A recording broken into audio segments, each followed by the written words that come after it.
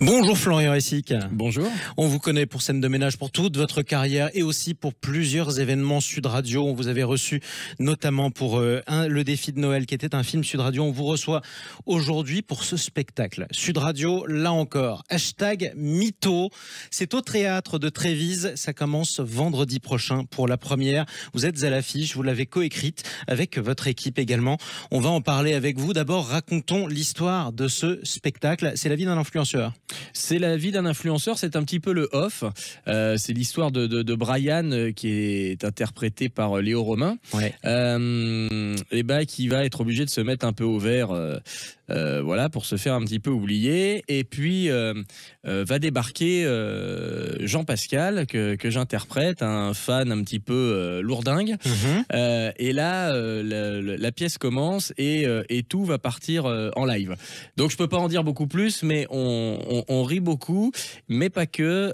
C'est un petit peu on raconte vraiment le off et pas les que coulisses voilà. de ce qu'on voit dans les publications, notamment qu'elles soient vidéo ou écrites. Vous incarnez l'abonné en quelque sorte, le fan, la fanzouze, on pourrait le dire comme ça, mais la fanzouze lourdingue. #Mytho, c'est le titre de la pièce. Mytho pour mythomane. On a tous utilisé cette insulte il y a quelques années au collège. Pourquoi mytho? Qui est le mytho dans l'histoire? Pour ça, il faut venir voir la pièce parce que n'est pas toujours le mytho qu'on croit. Exactement. Tout est dans la mise en scène, en fin de compte, et la mise en scène de soi-même sur les réseaux sociaux. C'est-à-dire que l'image qu'on donne à voir à nos abonnés, en fait, évidemment, correspond pas à la réalité.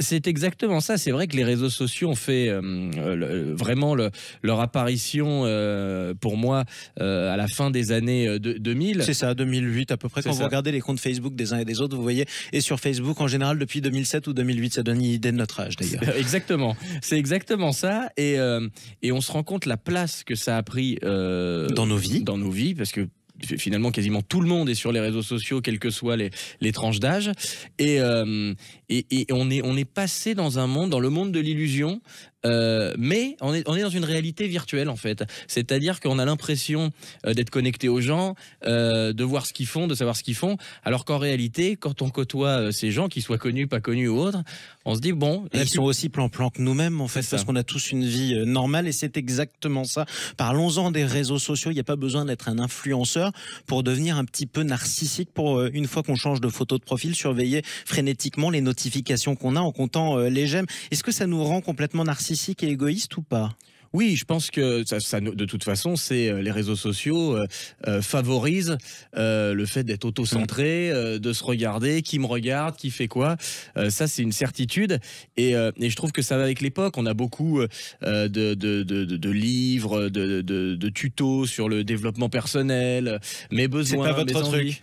Moi, c'est pas vraiment. Alors, je trouve que c'est important de se sentir bien dans sa peau. Absolument. Mais vous n'avez pas besoin de ça, vous? On a tous besoin de choses. Je ne sais pas si j'ai pas besoin de ça. En tout cas, moi, je favorise plutôt le collectif. Exactement. À l'individu.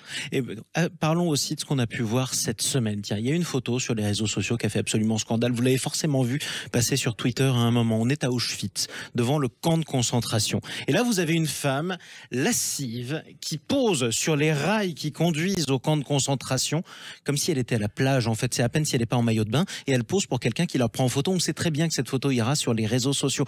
Comment, à ce moment-là, on peut avoir envie de prendre une photo glamour de soi-même et la montrer aux autres, puisque c'est ça qu'on fait, alors qu'on est sur le lieu du pire crime que l'humanité ait jamais commis?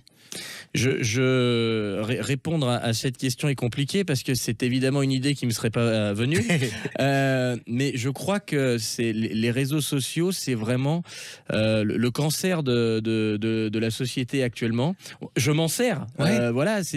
Donc vous vous soignez, mais vous savez que vous l'avez. C'est un peu ça. Vous savez, c'est compliqué de se soigner quand on côtoie la maladie tous les jours, quand on vit avec. Exactement. Et on n'est pas encore vacciné contre ça. Mais c'est vrai que c'est absolument incroyable. Après, on peut remonter un peu peu dans le temps, vous êtes à peu près de la même génération que moi. Quand on était petit, on disait le problème de la société et des jeunes, puisque c'est toujours la faute des jeunes, c'est la télé. Aujourd'hui, on dit c'est les réseaux sociaux, on a dit c'est les jeux vidéo, et ça revient de temps en temps. Il y a toujours aussi un bouc émissaire. Pourtant, on est tous sur les réseaux, on n'est pas forcément tous fous. Non, je pense pas. Encore une fois, c'est pas parce qu'on est sur les réseaux sociaux qu'on est narcissique, voyeur, pervers ou choses comme ça. Mais en revanche, je pense que la généralisation des réseaux sociaux tend la société vers ces dérives. Et évidemment, plus il y en a, plus ça fait boule de neige. Et au final, je trouve que les réseaux sociaux isolent plus qu'ils ne réunissent. Exactement. Et puis ça peut créer des effets boule de neige, comme vous le dites. Exemple avec l'influenceuse dans la vraie vie, elle, Magali Berda, qui était hier l'invitée de Patrick Roger, qui rappelait aussi l'enfer qu'elle subit chaque jour lorsque des raids de cyberharcèlement sont lancés contre elle. Vous incarnez le rôle de l'abonné, du suiveur, du fan un peu lourd de l'influenceur dans cette pièce. Comment on peut, arriver dans un effet de foule en tant qu'abonné, parce qu'on sait qu'on a des centaines ou des milliers d'abonnés autour de soi qui vont écrire la même chose, et comment on peut en venir à écrire des horreurs? Je crois qu'il y a deux catégories. Il va y avoir les haters. Ceux qui détestent en anglais, qui sont là uniquement pour dire du mal, t'es grosse, t'es moche, ou tout ce qu'on veut. Absolument. Et je pense qu'il y a ceux qui effectivement vont commenter normalement, mais il y a ceux qui vont dire du mal pour se faire remarquer.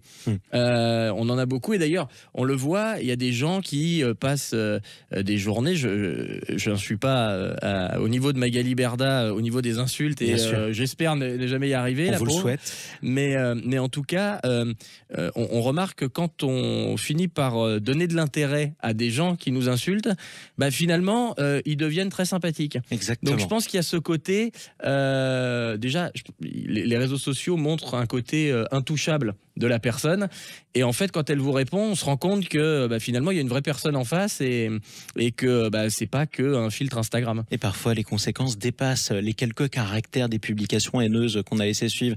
Allez, dernière question, Florian Essic, vous êtes sur les réseaux sociaux, vous avez combien de réseaux sociaux à votre nom? Combien de comptes? Quel compte? J'ai Instagram, ça c'est le principal, Twitter et Facebook. Et sur lequel vous allez le plus souvent, lequel vous préférez, lequel est le plus important pour vous? Le plus important, je ne sais pas, mais sur lequel je suis régulièrement, c'est Instagram. Exactement, mais vous faites bien en tout cas d'y aller. Vous avez changé votre manière de consommer ces réseaux ou pas depuis que vous avez, vous êtes préparé pour hashtag Mytho qui commence, je le rappelle, vendredi prochain?